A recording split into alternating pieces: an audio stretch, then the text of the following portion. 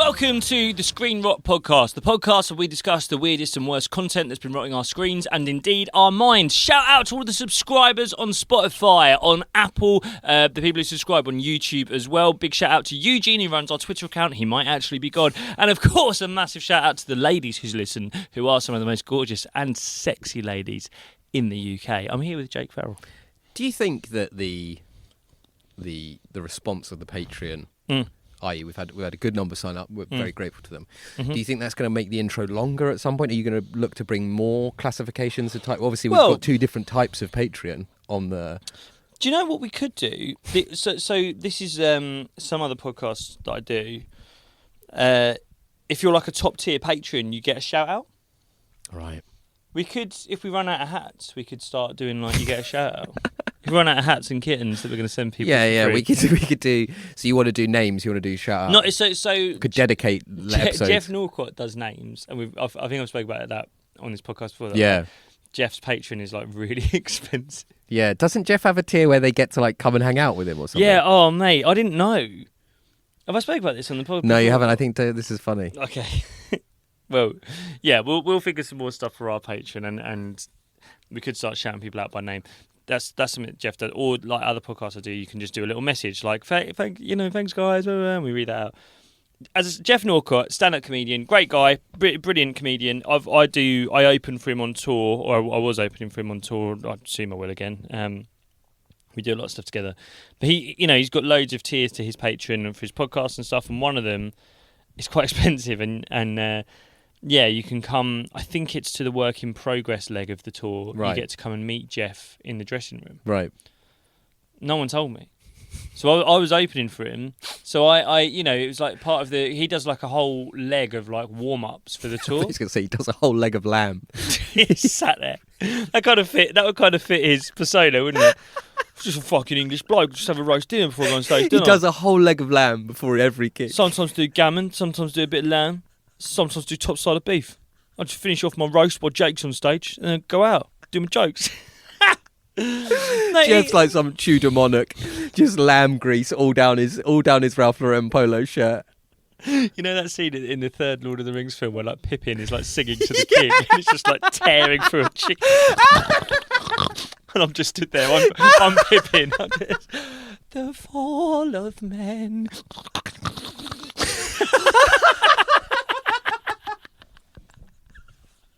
Imagine we clip this. Home is behind. The world ahead. Eugene doing his fucking bollocks trying to get us new listeners. we're 10 minutes. Imagine Jeff Norcott as an elven king. People won't know who he is. It always cracks me up whenever we'll get new listeners and they'll listen to hear us talk about the subject, and we have got a good subject this week that we'll talk about, but people have to sit through 10 minutes. I spoke about blowing up a fucking cow with a rocket launcher last week. Oh man, we're I don't fucking care. That's the fucking best thing. Imagining you in the dressing room backstage at the Gordon Craig Theatre. Jeff's wearing a full chainmail. You've got he's crushing tomatoes into his mouth, little bits of chicken. In shadows to the edge of night. We said, I don't mind telling them this before we start recording this episode. What should we talk about in the intro? We'll fix something. All shall fade. Blood goes down. Give me another leg of lamb.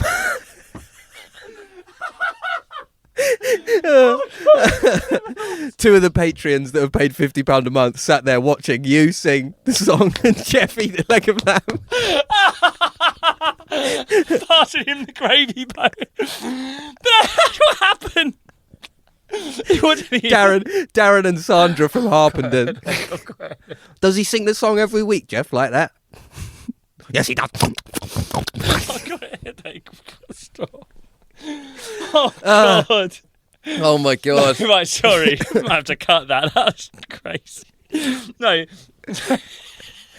So Jeff's patron. We were doing, Matt. Oh It's gonna fuck be me. so loud. We were doing a warm up tour somewhere in like deep Essex. Like proper deep Essex. Like Real when you get Essex. so into Essex that you're near the fucking coast. Yeah. Like, we were there. Where the bog people live. I remember it was the same night Arsenal played City season before last, where they hammered us at the Etihad and they scored within like 3 minutes. Right. Anyway. Yeah, oh god, to get there, middle of fucking nowhere, deep dark Essex, and left, famously Jeff Norcott, conservative comedian. I will say, socially quite liberal, just kind of, he just doesn't like paying tax. Do you know what I mean? Yeah. Socially liberal, fiscally conservative. That's what they say, don't they? Says, yeah. Anyway, we're sort of chatting backstage. I've done my bit. I'm gutted because Arsenal losing, right? And I've got that on the laptop. And they knock on the door, and it's like, it's just this, like, one of the theatre staff is like, it's Graham and Lynn for you, Jeff. And he's like, oh right, yeah, come in. And I thought it was his parents. Two people in their 60s just come in and like, hello, how's it going? Oh yeah, were you the guy on first? Oh, you were good, weren't you? How's your lamb, Jeff? No, but they just stood there, and I could see that Jeff, I could see like the cogs going in his head, being like, fuck, what do I do now? And he was like, how's it going then? And they're like, yeah, good, thanks, good, thanks, Jeff. And then they brought out this fucking box, and we brought this for you, Jeff. I was like, what is going on here? It transpired that this couple, he used to work in the City, this bloke. Right. They're just Jeff Norcott fans. They're obviously top tier of his Patreon. The guy used to work in the City. They'd moved to like really rural Essex, right. and they'd opened like a bee farm. So they'd made Surely loads of... that's not the name for it, but go on. Well, I don't know. What do you fucking call it? A hive, I think. Yeah, that sounds mental. They've opened a beehive. I don't know. They've got a load of honey. Yeah. They've just got this fucking full gift box there. That's for you, Jeff. They brought him some artisanal honey. They brought some honey. No, at this point, no one's explained to me who they are or why they're here. So they've paid to get to like spend time in Jeff's the presence, company of Jeff Norcott. and they're still bringing him presents. Yeah, I've got the lowest self-esteem I've ever heard. But this is why the guy's a genius, because he's gone for Tories. Yeah, he's got a Tory fans. Yeah, they've got more money than they know what to fucking do with. Yeah. They're giving him however much money a month, and some on artisanal top honey. of that, they've just got spare honey. I haven't got any Spare honey. I haven't got any normal honey, let alone spare honey. Yeah, let alone proper good gear. Yeah, it does feel like one of those things, though, like you say, where it's like, okay, I'll write that in the box on Patreon as a thing, but then when you're actually having to do it, it's like you say, what do you say to them beyond like how are you doing? Yeah, was it just kind of like chat? Yeah, it was just sort of chat, and they stayed and sort of chatted for a bit, and then off they went, and they were happy, and they were sort of talking about bits from his podcast, and they left for all the honey, and I don't mind saying, as soon as they left out the door, Jeff looked at me and went, "Do you want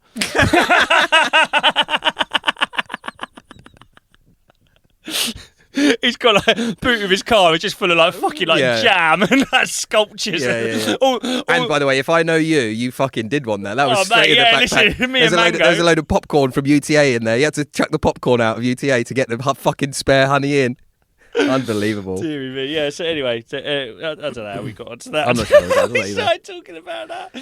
Patrons, shout out to patrons. I guess that's a good reminder. You can sign up for our Patreon now. www.patreon.com/the Screen Rot Pod. You can become a Freemason on there. That means you get 2 extra episodes a week. Yep. It means you get access. Sorry to correct you. Sorry to interrupt you. 2 episodes a month. Not 2 extra episodes a week. Fucking hell. I can't stress enough. I'd rather you came to my house and I made you honey on toast than you have to make 2 extra episodes a month. You get early access to the episodes. They come out every Tuesday. If you want to be an Illuminati member, I think it's a couple of quid more. That's the upper end of the patrons. You get to come backstage to all of Jacob's shows. No, you don't. You get early access as well. You get those 2 extra episodes a month, but you also get access to the group chat, and you get to suggest topics for an episode on there. We only take those suggestions from those people. You get early access to tickets as well, and there's some stuff coming up that we should probably talk about. You might also get a free hat, though they might have run out by now, but there'll be news. Check for availability. Yeah. Now, you also get free tickets to live shows, and this will be going out a couple of weeks. Early access to tickets to the live show, not free tickets. Not free tickets to live shows. You don't get free tickets. Fuck me. We need help with this. We should be sat there with our roast dinners while someone does this for us. Live show tickets, live 29th. show. So on the 29th of September, Jake and I, if like you might have listened to this podcast and go, those are funny guys. Yeah, professionally so actually for quite a long time. Who knew? But You might not know this, we're stand-up comedians, and on the 29th of September we are going to be recording our best bits of stand-up from the last nearly 10 years. Yeah. We're going to be recording them at one of the best comedy clubs in the world, the Bill Murray in North London. Who knows if there's tickets available at this point? There might be a few. Have a look, link in bio, blah blah blah, link in the episode description. Grab some tickets, come and see us live. Straight after that show, straight after the 29th of September, where we'll both be doing stand-up, we're going to announce another live episode of the podcast. Yes. That'll be in a couple of weeks' time. So if you want to see us do stand-up, 29th of September. If you want to see a live show, and by the way, there is already a live show that we did in August that you can watch on our Patreon. If you want to see the Screen Rock podcast live in all its glory, we're going to be announcing another live episode soon. Quickly as well, if you're experiencing male pattern baldness, Jacob 30. Jeff Norcott's Patreon is available. Dents.co.uk. Check out Dents. They do hair, chemicals that stop you losing your hair. Jacob 30 at checkout will get you a 30% discount. What a discount that is. And please start doing it, because they're starting to get a bit like, we've been selling you stuff for a while now. And the thing is, I can't stop using it because I understand that's the reason I'm not going bald. So keep fucking buying it, please. On to the episode.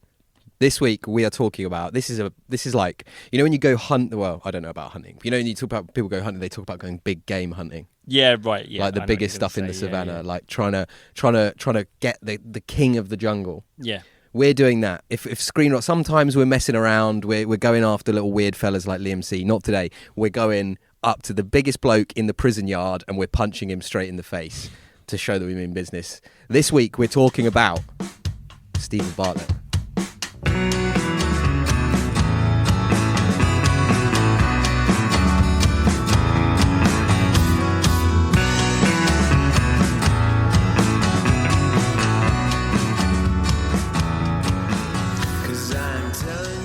Boy, get on this. Mm-hmm.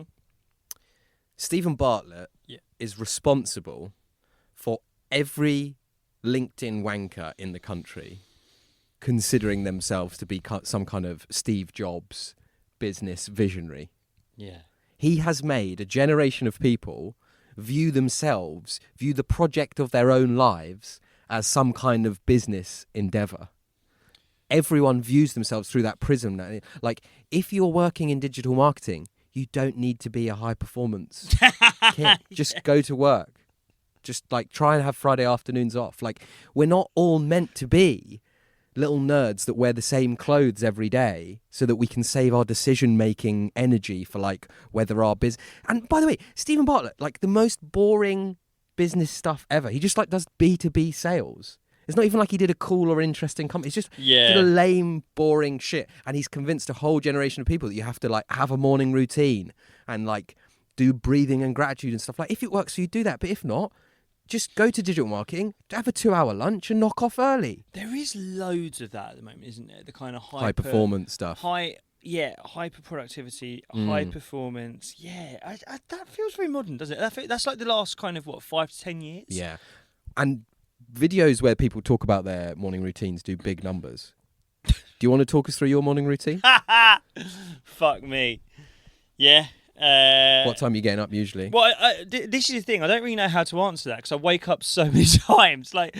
When does the morning start? If you're talking about like when I wake up post midnight, 2 in the morning when my daughter pisses the bed. I don't know. Like which one do you want me to do? When my son wakes up and starts screaming at 3 a.m. for no reason. Do you do your cryotherapy before or after that? Yeah. Well, exactly. I guess I mean, look, I've got 2 very young children. The cat.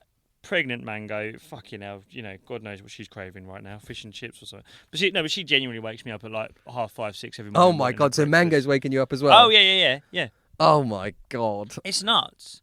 Like, waking up, the time I actually get up, it's almost like a release. It's almost like, at least I can just give up on trying to sleep now. Do you know what I mean? I can just be like, like, sleep is such a difficult task for me, right? Because I've got the kids and the cat disturbing me. Okay, it's almost nice to be able to just give up on it. I've never asked you this as well, but one thing, and I do comedy less regularly than you. One thing that I struggle with is when I'm doing comedy on a weeknight when I have to go to work the next day. Is like I'll come off stage in front of like 100 or however many people. That's like quite an adrenalized thing to do, right? Yeah. And then I go home and I try and sleep. Obviously, I can't most of the time. I can't. Does that? Are you just like desensitized to that now? You can just. I could do 3 grams of coke and still I could fall asleep on that floor.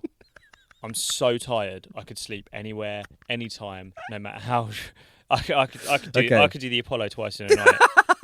I'd sleep as soon as I got off stage. You'd have to get a wheelchair to the side of stage. No, to sort of take your question a little bit more seriously, I've never. I do obviously get adrenaline from being on stage. I'm quite fortunate. I've never had that thing where the adrenaline really affects me. Right. After comedy. Yeah. And I know people who've got really bad thyroid problems where it does, and they can't eat and then they get really hungry, and then it affects their sleep. Yeah. I can't tell whether it's quite a mad thing to put your body through on a regular basis. Yeah. But I know people who've been to a doctor and they've been people who do get really worked up about going on stage and then coming off. The doctor's like, you wouldn't do a roller coaster every night. Do you know what I mean? And if you did, you'd be in a really bad way, and that's what some people go through. Lance, darling, I'm off suggested to one of Adventures again. Yeah. I'm either too dumb for my body to understand what I'm putting it through. My body's like, where are we? Comedy club, cunt, fuck off, right? It's either that or I've broken my nervous system with drugs and stuff that I've done when I was younger. That was good training for being a comedian. Yeah. But I always say it's good training for being a new parent. People are like, oh God, the sleepless nights. It's like, I know what they feel like, actually. Yeah. Don't you worry about Dawn it. Chorus, I've heard a few. I've heard of them. Yeah, but no, my morning routine, kids wake me up. It's kind of like, there's an unspoken battle between me and my missus of who gets to lie in for a little bit, and then someone makes coffee. It's better if she does because she's better at it than me. Race out the door, either to get my daughter into nursery or for me to get to some kind of work thing, or my missus to go to work or whatever it is. But no, there are no affirmations. There's no cold plunge. No, there's no gym. I don't have time to go to. I used to go to the gym in the mornings. I don't have time for that anymore. One thing that's become, I think, popularised, by Bartlett, maybe one of those sciencey kind of morning people, is that you shouldn't drink coffee in the first hour of being awake because it doesn't do anything, because coffee acts on some kind of part of your nervous system. Would you ever delay your coffee by an hour? The kids are screaming. You've had 2 hours sleep. Were you thinking to yourself, Bartlett said I got to wait an hour? I do stop the kids screaming before the coffee. I'm not just leaving them screaming. Don't talk to me till I've had my coffee. Yeah. I'm like, darling. I'm just like, would you shut up while I froth the milk? Right? No. No. I think that's all bollocks. Yeah, I agree with coffee that. makes me feel good. Do you have a routine? Do you do any of this mindful kind of? I am. Do you journal? First thing, coffee. Just make that. Yeah. I actually do a bit of journal the night before. Do you? Do you actually journal? Yeah, but not like that. But just write about how much this podcast is doing. Yeah, it's meant to be I'm meant to do. It's a men's mental health thing, but it's tracking your mood and the correlates quite. Shit. Podcast shit. Went to the pub. Patreon, All right, shit. home shit. Talked about Jeff Norcott being an Elven King. Better. Stole a load of snacks from UTA. But no, I'm immediate coffee straight away. I usually do the coffee, bring coffee back to the missus, and after that, it's like I don't really have a routine. I've realised that you shouldn't be hungry in the morning, right? In theory, because you've been asleep, you've not been expending any energy. I don't really know. I don't have any scientific basis for this. I'm always starving in the morning. Are you? I will have a huge amount of bread in the morning. Do you eat late at night? No, never. Well, that might be why. I eat quite late, Do you? I'm still full when I wake up. What time do you eat? Midnight, like time. What, dinner? It's usually like a sort of second dinner. Second leg of lamb with Jeff. You have a midnight dinner? That's mad. I do all sorts. I've got quite a weird life. I don't know. I'm trying to quit. All right, thanks very much, everyone. We'll see you next I'm week. trying to quit cannabis at the moment. Yeah, how's that going? Yeah, I'm having second dinners. So, but we should get on track. So basically, Stephen Bartlett. The reason we talk about morning routines, that's his kind of thing. It's like you should have a routine. I hate the way he speaks so much. Right. That's one thing. I don't want to completely hate the guy. Mm-hmm. I don't like the way he speaks. Now, to get into the way he speaks, he was in the news recently. Yeah. Was it one of his products got banned? Yeah, there's something to do with Huel or something. Yeah. And when he went viral for that, people sort of uncovered his past, and I knew this already. Despite the fact that he now speaks like a middle manager who's done elocution lessons, he used to be a battle rapper. Yeah. Should we watch Stephen Bartlett when he was... Stevie B in a 10-second clip of him being a battle rapper. Your island's only last hope when it comes to rapping, and considering the fact you're such a blatant cabbage, Ireland are gonna lose another precious vegetable. unstoppable like the potato famine. Now, his name in that is Lyricist, which is kind of like being called rapper, really, isn't it?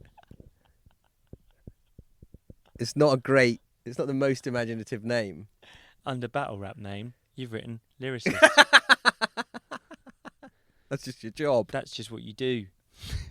Maybe there's a bit of a vibe of like, what was that bloke? There was a comedian called like Cedric the Entertainer or something like that. I guess. Well, yeah, that's kind of a thing with there are. That's in the African American community more, I think, isn't it? Yeah, it's the black scene. Is you know Chance the rapper, something the comedian, Chance the rapper, Jacob Hawley the comedian. He wasn't Stephen the lyricist. He was just lyricist. That's not like Jacob the comedian. That's just if I was comedian. And please welcome to stage comedian.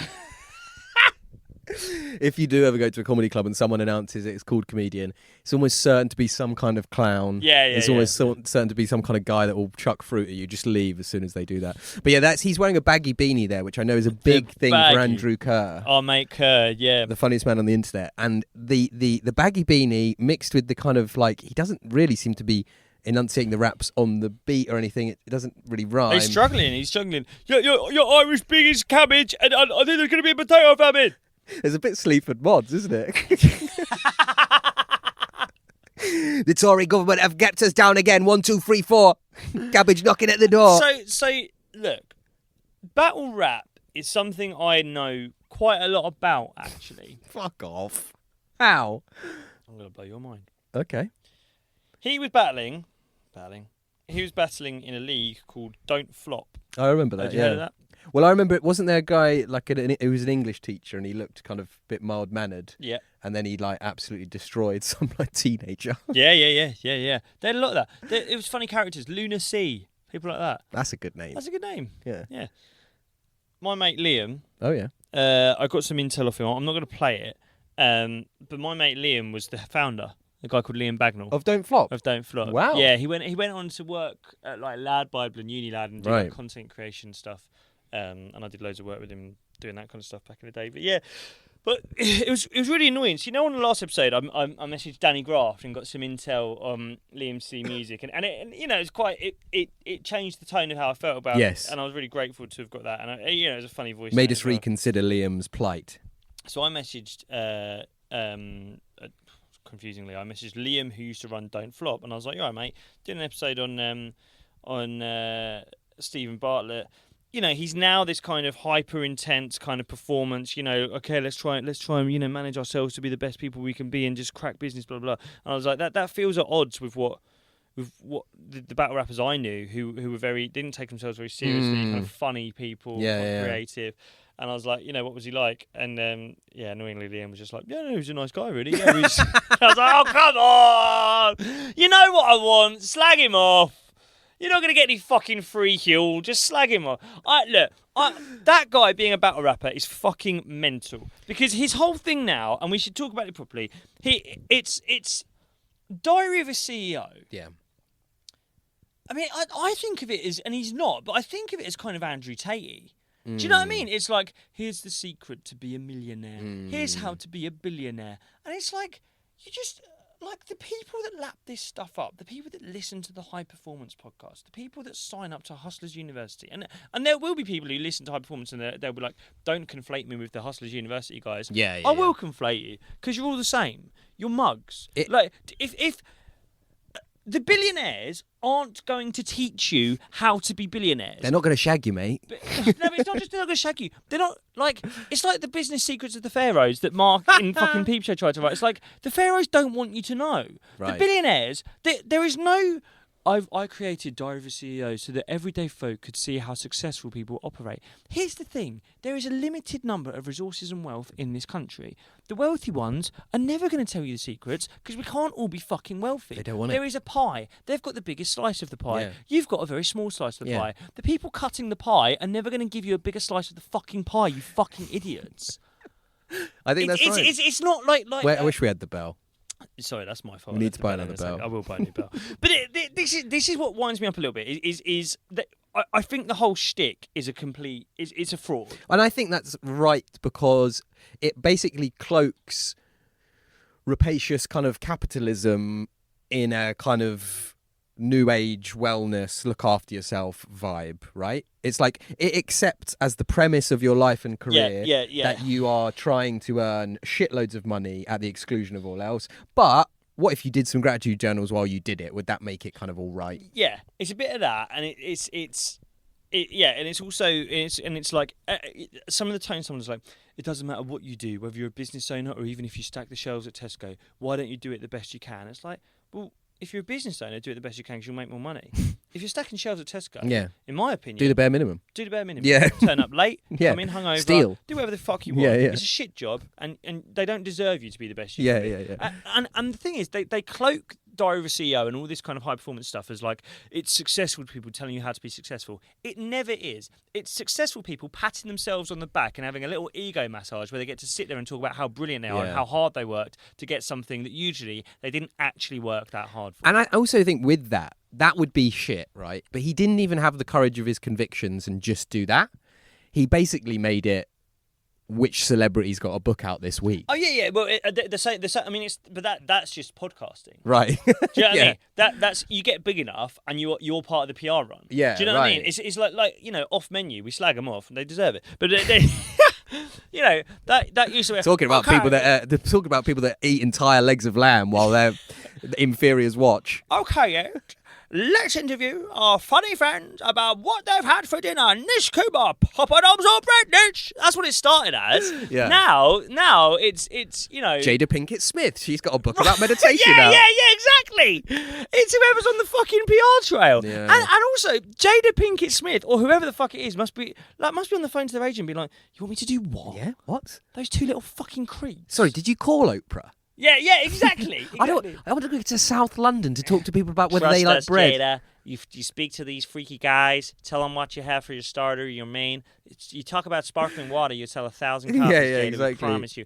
And also with Bartlett as well, he doesn't have the courage of his convictions because he has had people on there, and we have a problem with this in British life. We let genuinely awful people back in to the world of entertainment. He was responsible for Matt Hancock in a big way. He let Matt Hancock come on and like talk about being a high performance individual. Pre-jungle? It was pre-jungle, wow. And it was like exactly, yeah. And it's like that man should never be allowed to speak in public again. No one should listen to him about anything, let alone like under the cloak of like you're a high performance, you're at the top of the tree. He's one of the thickest men in the world. He's as thick as mints. Don't let him on the podcast. Well, and as you say, responsible for the deaths of thousands. Yeah, like, a completely craven individual. Fucking awful. Just quickly on Matt Hancock. You know when he did do the jungle, the way he came in, I think Sean Walsh was already in there. And by the way, like I love Sean Walsh, and he's like amazing and, like, comedian. I really got on with him, and I think he's one of the most generationally talented comedians in the country. He's also done some bad things that I think he was correctly told off for, whatever, right? But Sean Walsh was like, have you seen the clip when Hancock walks in and like Sean just starts pissing himself? Oh really? He's like literally, he just can't. He's like pissing himself, and he's like, "Hello," and Matt's like, "Oh," he's like an alien, isn't he? Sort of moves around like, a very odd man. "Hi, how's it going?" Yeah. Very, very strange. And Sean's just like pissing himself laughing. And I remember on Twitter, people were like, Sean Walsh is such a fucking fake, blah, blah, blah. Oh my God, he obviously doesn't find Matt Hancock funny. He's obviously not happy to see him. And I was like, he fucking is happy to see him. Right. Why? Yeah. Because this is like post-cancellation Sean Walsh. Yeah. Doing reality TV again. He sees Matt Hancock come in and he goes, oh thank God. My God, I'm not going to be the biggest cunt on this series. That's someone else for them to hate. It does really put in perspective, like, there was a kind of 2-week-long news cycle where it's like Sean Walsh kissed someone outside of his relationship, and it was like, look at this evil man, it's on the front page of every paper all the time, and it's like, and then you go, oh, there's Matt Hancock.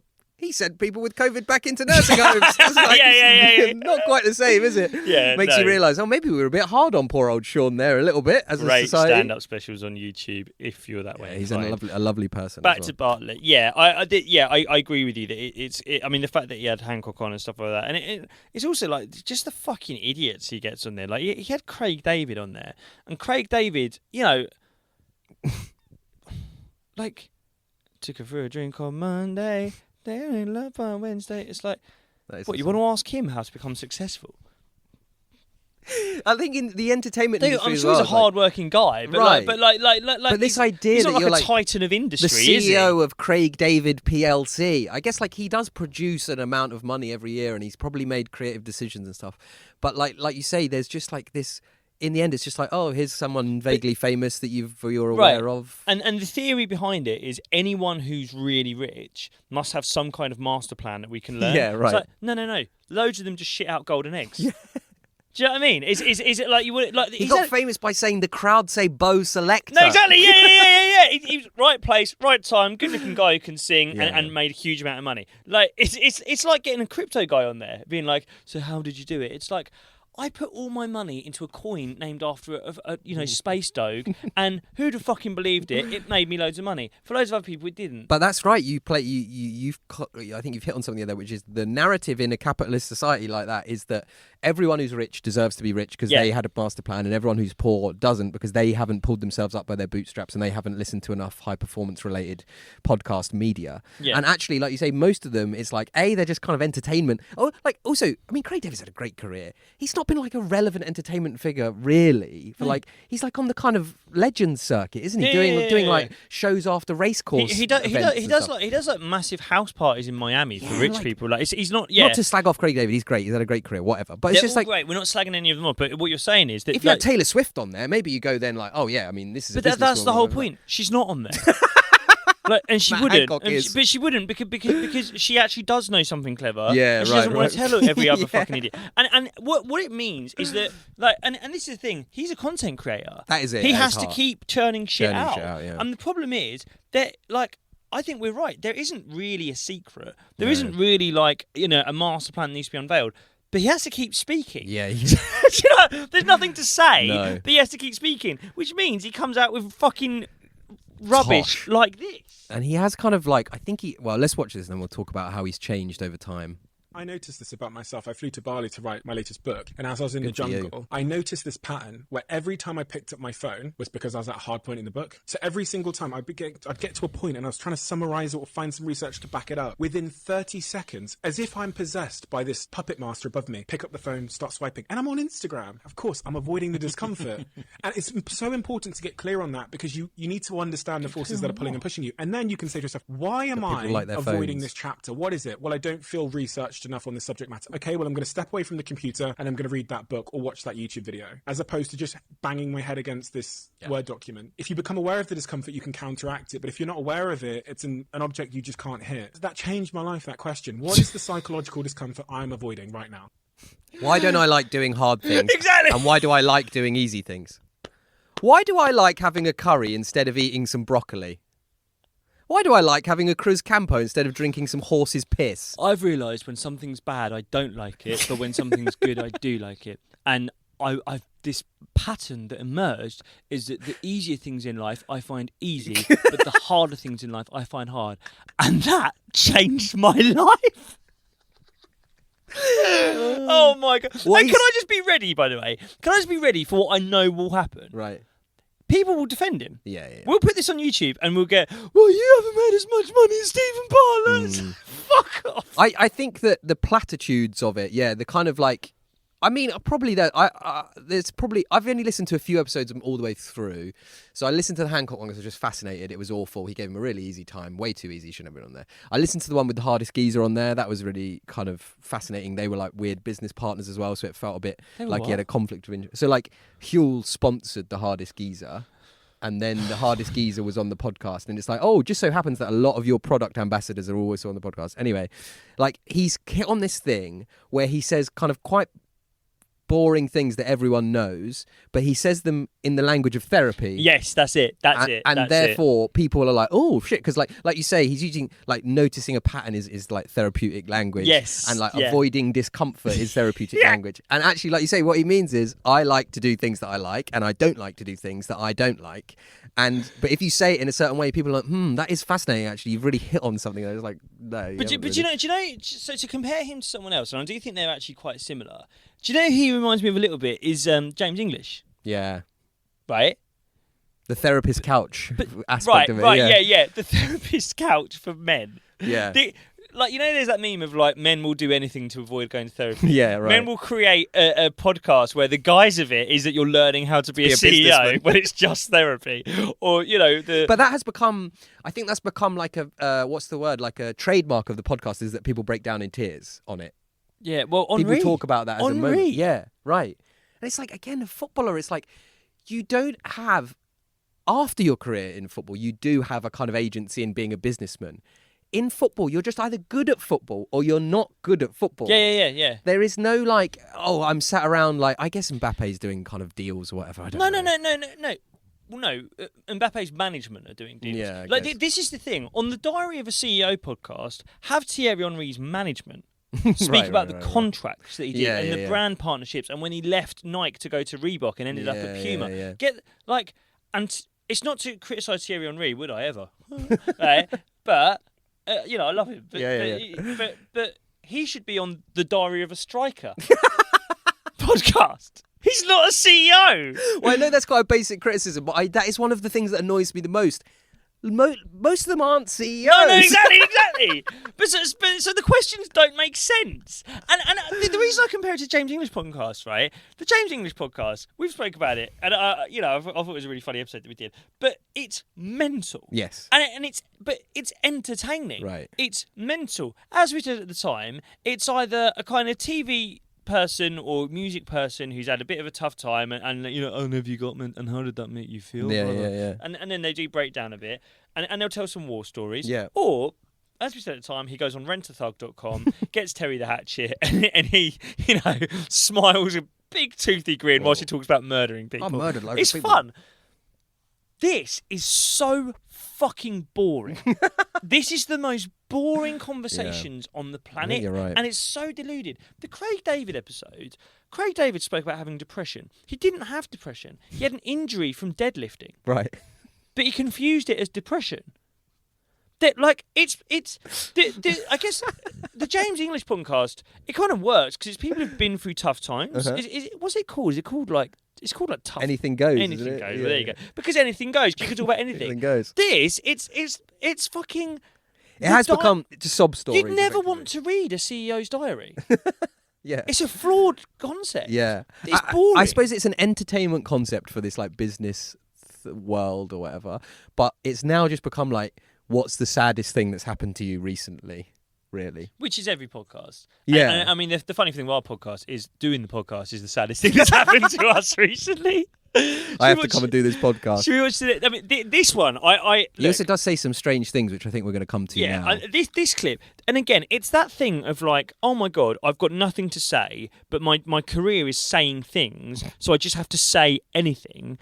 But the problem is, it's like, if you leave the monkeys in the room with a typewriter, they will write the works of Shakespeare. Yeah. They'll write some fucking problematic stuff as well. I think this is genuinely quite problematic. The thing about racism. Yeah, right? I'm not sure. Yeah, let's watch this. Your racism, your discrimination, whatever it might be, whether it's true or not, is not my problem.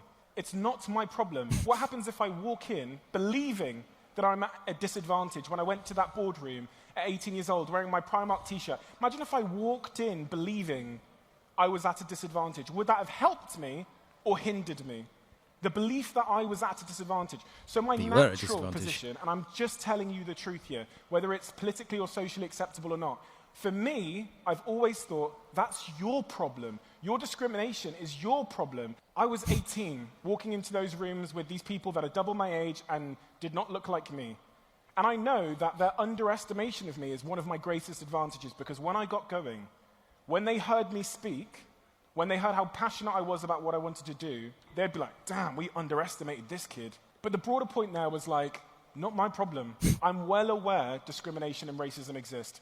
Yes, people will discriminate about those things, but also many other things. My job, and the thing that I can control, is how I show up, making sure I'm my best, being hardworking, dedicated, honing my skills. That's what I can control. Focus on that which you can control, and you'll be just fine. And it's not my job to control someone else's discrimination, their racism, their prejudice of me.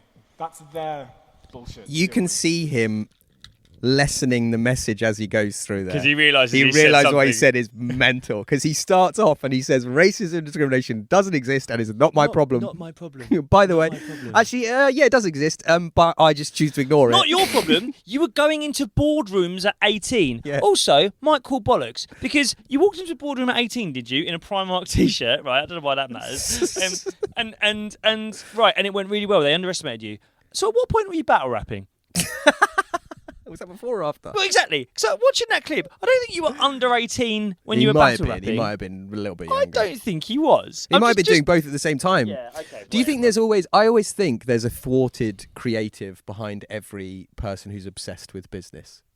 Like the amount of people I know who work in big companies and like the big boss in the company is like a trance DJ on the side or like plays the guitar at all the office parties and stuff like that. Like it is just better to do that than to be like the manager of a large business to business sales thing, isn't it? But like they always, and like that origin story of him being a battle rapper that never for whatever reason didn't become a rapper, like mainly because he sounded like he was shit, but that's kind of, that does humanize him a bit to me, because it's like that's quite sad that he had this creative dream and he's kind of made it happen by being like a celebrity, I guess. But yeah, but I mean, if like, without wanting to become like him, if the creative dream was battle rapping, you know, I think he should have been listening to the people in boardrooms, to be honest. Like, he needed a podcast to sort him out. The people in boardrooms who are probably like, maybe quit. And by the way, I'm not saying about them being racist. I'm saying about the people in the boardrooms who are probably like, mate, maybe focus on your work. Like, there's no money in battle rapping. Like, you can't make a living as a fucking battle rapper. Who's the biggest battle rapper on earth? It's one thing if he's like a thwarted painter, or even you can't be a fucking painter. Yeah, I don't know what I'm trying to say. The point I'm trying to make is like I get that like there are like business people out there who are like, you know, could have been creatives. You know, oh god, I was writing all these novels. Oh, I really then want to work that got in the way. Yeah. It's like, well, you're a battle rapper. What was the plan there? Yeah, actually, he's Mate, he's lucked out there. I think that I think that discounts any business. Like, if he was ever trying to make it as a professional battle rapper, I don't think he can ever speak about business again. Yeah. Where's the market for that? But it's just such a like if you were listening to, say you had, and obviously, you know, we haven't, right? Say you had experienced racism at a point in your life. Listening to a guy who speaks in that accent, who was spending his 18-year-old years in boardrooms. Yeah. And he's telling you, Don't worry about racism. It's not my problem. It's someone else's It's problem. such a narrow definition of racism as well. It's like, in that context, it's like people that would maybe going to thwart my business ambitions. Because I was didn't look like them. It's like, but then there's also like, I don't know, being battered by some fascists in the street. Yeah. Do you know what I mean? It's like, that is one thing of race. Like, yes, in that environment, not accepting those people's definition of you can save you from their racism. If you're being followed home by 4 skinheads, right, that doesn't really. In the 70s, when you know, Britain Well, even recently, when it's all kicked off, that's very difficult to say. When those riots were happening, you know, there was that poor family in that car, and there's people trying to break in the car. Imagine Stephen Bartlett poking his head through the window, going, "This is their problem, not yours." If you want to let them underestimate you, you can, or you know, you can really push through with your ambitions. I think like in relation to the world of business to business sales, that lesson is true. In many other environments, that like you do have to kind of confront that racism head on. But it's just chatting shit. It's just chatting shit. It's just shit talking. It's just word salad, isn't it? A lot of it. It's just. I mean, there's one here. I mean, this is another one. Like, this is really like. It's got to a point now where what he's doing is saying things backwards. This is and making it sound like wisdom. He's taken a well-known kind of business proverb here, and he's just saying it backwards. And he's so confident that people are clipping it up. Well, let's come back to that confidence, because I think that's really important. There's a lot of people that will be starting businesses or pursuing things in their professional life that they are doing for the wrong reasons. They are maybe doing because they feel they don't have a choice. They're working under a boss that they hate. And whatever it is. And I always think that they need to understand that quitting is also for winners. Quitting. And that knowing when to quit and change direction is important. You don't realize how much those excruciatingly difficult moments do for you, but they do so much more for you than the good moments. Like I genuinely think the reason that I've had success in my previous company was because my first company just failed tragically. Say my net worth is say 50 million or whatever. And I've been working for the last 10 years. I actually think most of that value was generated in those first 3 years where I just underwent just an awful failings. And I'm very intentional to keep myself these days in positions where I feel like I am in pain. See, I'm suffering because those he's contradicting himself. To be my growth moments. So he's saying you should quit. I think I definitely agree with the thing of like everyone fails, right? And you learn a lot from failure and you go again. There's nothing to be ashamed about. All the most successful people have failed at stuff. Yeah. But then he's saying on the one hand, well, just if you're struggling or it's shit, just quit and then move on to the next thing. But then he says The bits where it's really hard and you're struggling, that's the most important bits of them all. And I try to stay in that. And I tried to stay in them. So what does he want you to do? It's just nonsense. Like, none of it makes any sense. And it's like, he's so clearly just like at a point where you feel like he's almost Googled like famous business proverbs, like, right, quitters never win, quitters never quit. What if I said the opposite of that?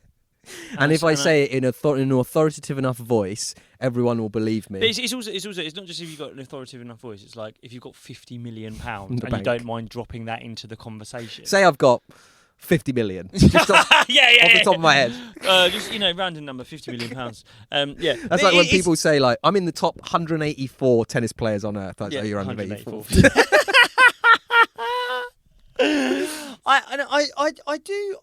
The people who get really sucked in, and I also think part of that is going like, in case people are like, oh, maybe I'm just not set for business. Maybe I'm not a business person. Like, I find it really hard and uncomfortable. Maybe I'm just not enjoying it.